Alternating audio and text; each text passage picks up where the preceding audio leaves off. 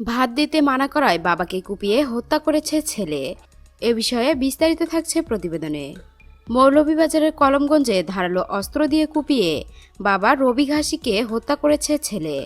রোববার রাত ৯টার দিকে ভাত খেতে না দেওয়ায় ক্ষিপ্ত হয়ে এই হত্যাকাণ্ড ঘটায় বলে জানা গেছে। রবিঘাসী উপজেলার ইসলামপুর ইউনিয়নের বাঘাছড়া চা বাগানের ৭ নং লাইনের বাসিন্দা অভিযুক্ত ছেলে লিকেশ ঘাসি।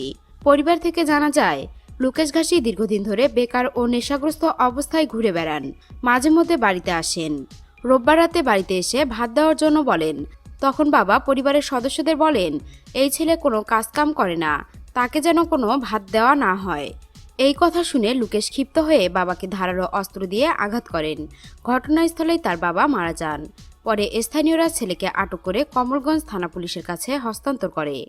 ইসলামপুর ইউনিয়ন পরিষদের চেয়ারম্যান সোলেমান মিয়া বলেন, ওই ছেলে দীর্ঘদিন ধরে নেশা করে বেকার অবস্থায় ঘোরাঘুরি করত।